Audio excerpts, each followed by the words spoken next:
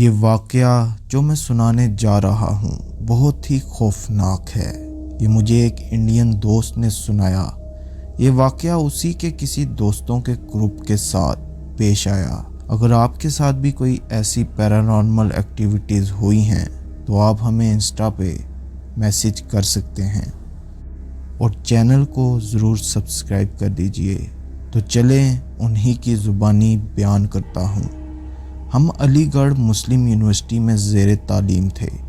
ہمارے گروپ میں 3 لڑکیاں اور 5 لڑکے شامل تھے۔ لڑکوں میں ایک مسلم، ایک سکھ اور باقی ہم 3 ہندو تھے۔ لڑکیاں تینوں ہی ہندو تھی۔ تعلیم مکمل ہونے کے بعد ہمارا گروپ اسی طرح چلتا رہا۔ مہینوں میں ایک آدھ بار کوئی نہ کوئی کسی کو دعوت دیتا اور ہم سب اکٹھے ہو کر پرانی یادیں تازہ کرتے۔ اسی طرح سردیوں کی ایک شام ایک دوست نے ہم سب کو دعوت دی اور اس دفعہ ہم سب نے مل کر کچھ ایڈونچر کرنے کا سوچا۔ کسی نے کیا آئیڈیا دیا، کسی نے کیا۔ ہمارے گروپ میں ایک سردار جی تھے۔ سردار جی نے ہمیں پنجاب آنے کی دعوت دی، جس پر ہم سب راضی ہو گئے اور اگلی بار ملنے پر پنجاب جانے کا منصوبہ بنا لیا۔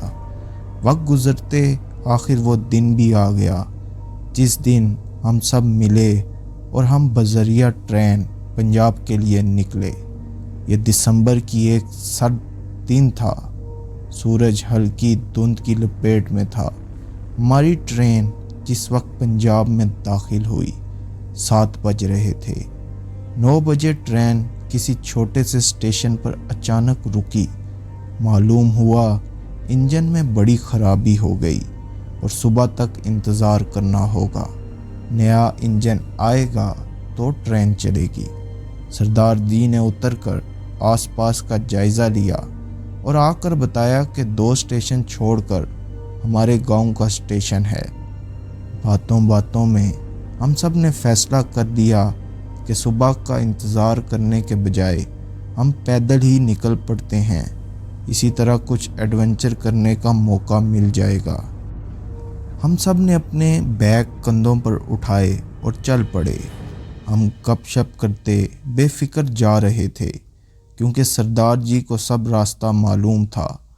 2 گھنٹے چلنے کے بعد ہم سب تھک کر چکنا چور ہو گئے تو فیصلہ ہوا اب کچھ دیر آرام کر لیا جائے اور اگر اس وقت کوئی گاڑی مل جاتی ہے تو اسی میں گاؤں پہنچا جائے، مگر اس سنسان کچے پکے راستے پر گاڑی کا تو سوال ہی پیدا نہیں ہوتا تھا، وہ بھی آدھی رات کے وقت۔ ہمارے آس پاس صرف کھیت کھلیان تھے جن میں سے کتوں کی بھونکنے کی آوازیں آ رہی تھی۔ اچانک کتوں کی آواز بدل گئی اور وہ بھونکنے کے بجائے عجیب آواز میں بولنے لگے۔ اس وقت دور کہیں سے کسی گاڑی کی لائٹس نظر آنا شروع ہوئی۔ ایک طرف ہم کتوں کی آوازوں سے خوفزدہ ہوئے تو دوسری طرف خوش بھی، کیونکہ اگر یہ بڑی گاڑی ہوتی ہے تو ہم گاؤں جلدی پہنچ سکتے تھے۔ جیسے ہی گاڑی قریب آئی کتے کے رونے کی آوازوں میں اضافہ ہو گیا۔ مسلمان لڑکے عبداللہ نے بتایا کہ کتے جب کوئی غیر مرئی مخلوق، جنات یا آتما وغیرہ دیکھتے ہیں تو رونے لگتے ہیں۔ رات کے اس وقت اس نے آتما کا ذکر کیا تو ہم سب اس کی بات کا بہت مذاق اڑایا کیونکہ ہمارا جنات پر ذرا یقین نہیں تھا۔ سردار جی نے اپنی کوئی منطق پیش کی کتوں کے رونے کی، جس پر ہم سب مطمئن ہو گئے، مگر لڑکیاں بہرحال کتوں کے رونے کی وجہ سے کچھ خوفزدہ ہو گئی تھی۔ جیسے ہی گاڑی قریب آئی ہم نے دیکھا وہ ایک بڑی وین تھی۔ ہم نے اشارہ دے کر گاڑی رکوائی اور سردار جی ڈرائیور کی طرف چلے گئے اور جا کر اپنے گاؤں کا ایڈریس بتایا۔ ڈرائیور کہنے لگا میں نے بھی اسی طرف جانا ہے۔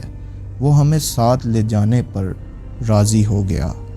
ہم سب گاڑی میں بیٹھ گئے۔ ہمارے ساتھ ایک ہندو لڑکا کرشن تھا جس نے عبداللہ کی باتوں کا بہت مذاق اڑایا۔ وہ تھا بھی تھوڑا شوخا اور چلبلا سا۔ وہ فوراً جا کر فرنٹ سیٹ پر بیٹھ گیا، حالانکہ وہاں سردار جی بیٹھنا چاہتے تھے۔ خیر ہم سب پچھلی سیٹوں پر آ گئے۔ تب ہم نے گاڑی میں ہلکی سی لائٹ میں دیکھا کہ ڈرائیور کا چہرہ بہت ہی عجیب قسم کا تھا۔ اس کی طرف دیکھ کر پتہ نہیں کیوں ریڑھ کی ہڈی میں سرسرائیٹ سی دوڑتی محسوس ہوتی تھی۔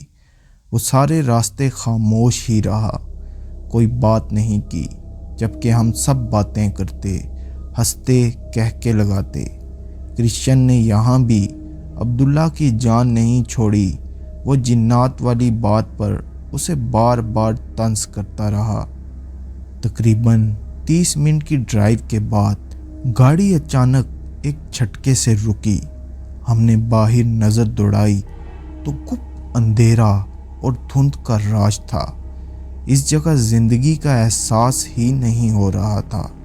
ہم نے ڈرائیور کو دیکھا اور رکنے کی وجہ پوچھی تو وہ بتائے بغیر گاڑی سے اترا، چکر کاٹ کر فرنٹ سیٹ پر بیٹھے ہمارے دوست کرسچن کی طرف آیا اور دروازہ کھول کر اس نے ہمارے سامنے ہی کرسچن کی گردن دبوچ لی۔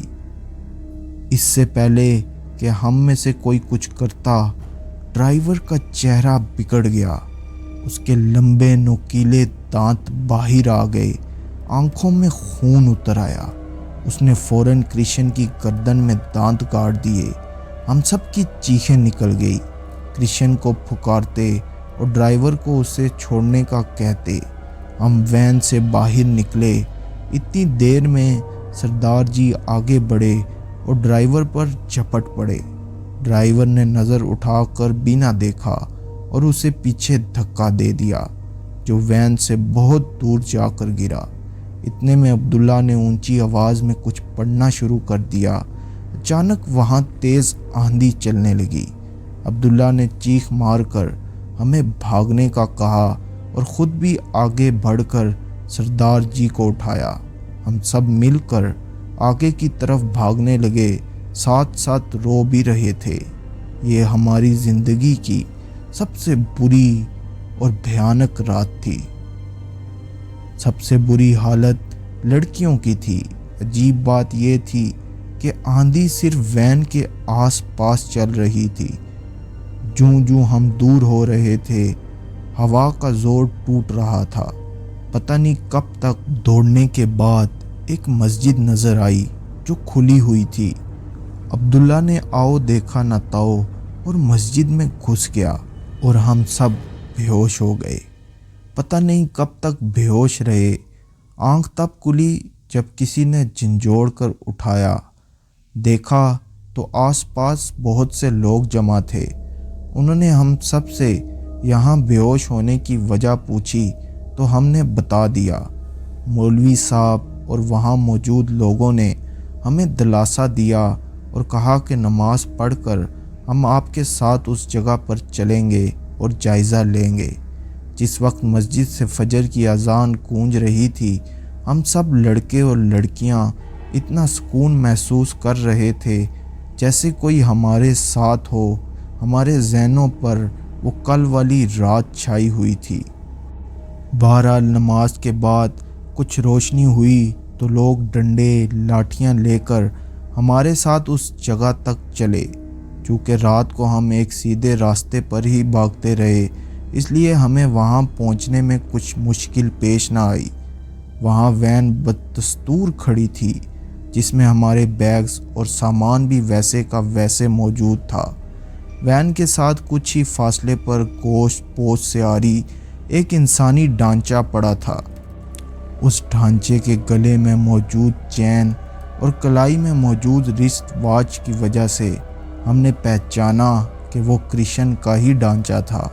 اب جو ہم نے اس جگہ پر غور کیا تو دیکھا کہ وین جس جگہ کھڑی تھی وہ ایک پرانے شمشان گھاٹ، جہاں ہندو اپنے مردے جلاتے ہیں، کا داخلی دروازہ تھا، اور شمشان گھاٹ کی حالت انتہائی ابتر تھی۔ یوں لگتا تھا جیسے بہت عرصے سے یہاں کوئی نہیں آیا۔ ہم تمام لوگوں اور کرسچن کے ڈھانچے کے ہمراہ مسجد واپس آئے اور مولوی صاحب نے ڈانچے کو غسل دلوا کر ہم سب دوستوں کی اجازت سے اسے مسجد کے پاس ہی موجود قبرستان میں دفنا دیا، کیونکہ اس کی صرف ہڈیاں بچی تھی۔ کرشچن ہمارے گروپ کا سب سے لاڈلا لڑکا تھا، اس کے بغیر ہمارا گروپ بالکل سونا ہو گیا۔ آج بھی جب ہم ملتے ہیں تو عبداللہ سے رو رو کر معافی مانگتے ہیں، کیونکہ ہمیں لگتا ہے کہ ہم نے اس دن جن بھوت کی بات پر عبداللہ کا مذاق اڑایا، اور جس نے سب سے زیادہ مذاق اڑایا، وہ جانتا ہی نہیں تھا کہ اس نے اپنی موت بھی ایک آتما یعنی بدروح کے ہاتھوں لکھوا دی تھی۔